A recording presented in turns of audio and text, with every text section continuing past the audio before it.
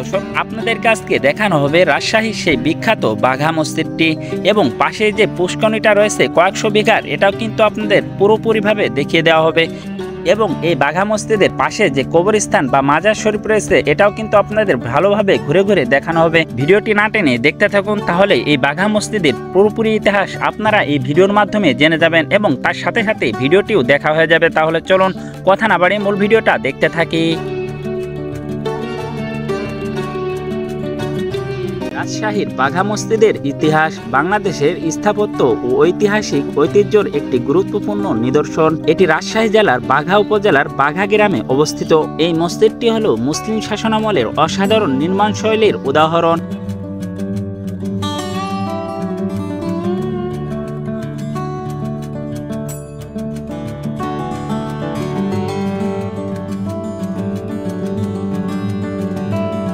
বাঘা মসজিদের ইতিহাস ও প্রতিষ্ঠাকাল। বাঘা মসজিদটি 1523 খ্রিস্টাব্দে 930 হিজরির সুলতান নাসিরউদ্দিন নুসরাত শাহের আমলে নির্মিত হয়। এটি তার রাজত্বকালে বাংলার সুলতান স্থাপত্যের একটি শ্রেষ্ঠ নিদর্শন।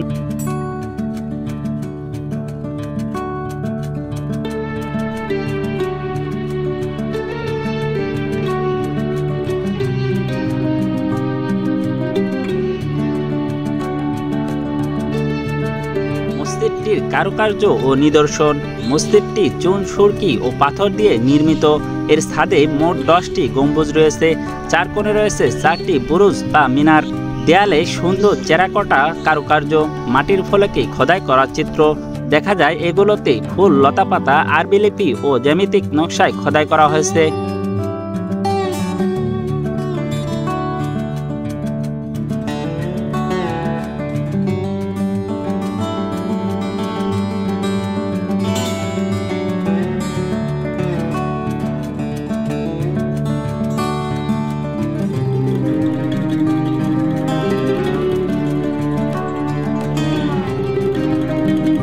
মসজিদের গঠন।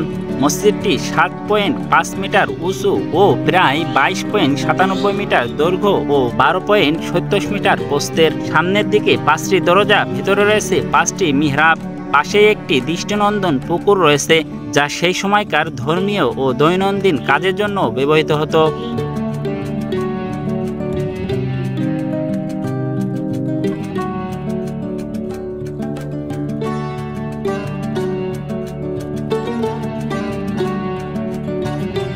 ধর্মীয় গুরুত্ব। এটি শুধু নামাজের স্থানই ছিল না, এটি ছিল ধর্মীয় শিক্ষা ও মিলনস্থল। এই মসজিদের পাশে একজন বিখ্যাত সুফি সাধক হযরত শাহ দৌলা রহমতুল্লাহ আলাইহির মাজার রয়েছে, যিনি ইসলাম প্রচারে গুরুত্বপূর্ণ ভূমিকা পালন করেছেন।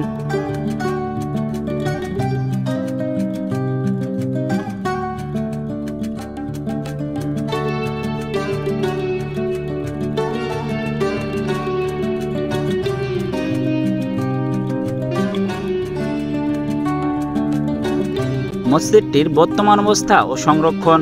বর্তমানে মসজিদটি বাংলাদেশ প্রত্নতত্ত্ব অধিদপ্তরের তত্ত্বাবধানে রয়েছে। এটি একটি সংরক্ষিত পুরাকীর্তি এবং দর্শনার্থীদের জন্য উন্মুক্ত।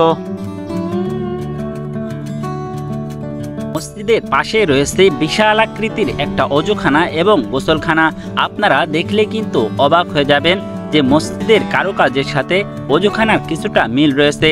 এই অজুখানাটা কিন্তু বাদশাহ তৈরি করেননি, এটা তৈরি করেছেন মসজিদের বর্তমান কমিটি।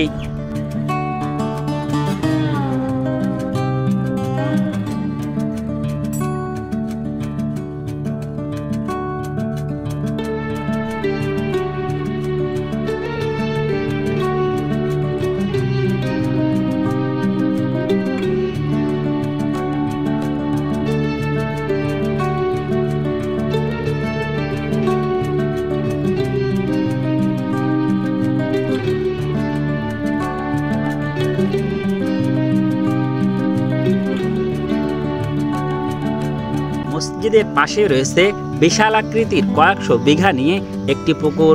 এটা কিন্তু সেই সময়কার রাজার দৈনন্দিন কাজের জন্য ব্যবহৃত হতো।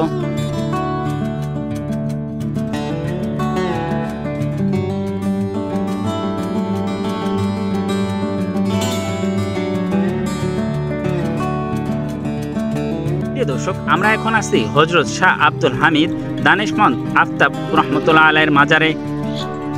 মসজিদের পাশেই কিন্তু এটা অবস্থিত। এটা কিন্তু মসজিদের দান বাক্স এবং টাকার মেশিন নামে পরিচিত হয়েছে।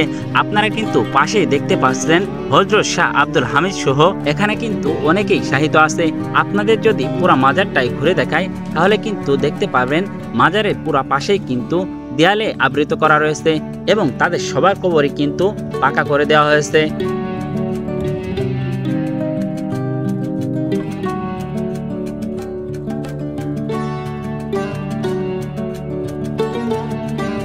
দর্শক, আমরা কিন্তু দেখতে দেখতে পুরোটা মাজার এবং মসজিদ শেষ করে ফেলেছি। আমরা কিন্তু এখন পুরো ভিডিও শেষ প্রান্তে রয়েছি। তাই আমার একটা রিকোয়েস্ট থাকবে, আপনারা যদি এই চ্যানেলে নতুন হয়ে থাকেন তাহলে অবশ্যই চ্যানেলটাকে সাবস্ক্রাইব করে আমাদের সাথেই থাকবেন। বাংলাদেশের কিছু নিদর্শন জায়গা আপনাদেরকে দেখানোর চেষ্টা করব। তো সেই পর্যন্ত সবাই ভালো থাকবেন, সুস্থ থাকবেন। দেখা হচ্ছে পরবর্তী কোনো ভিডিওতে ইনশাল্লাহ।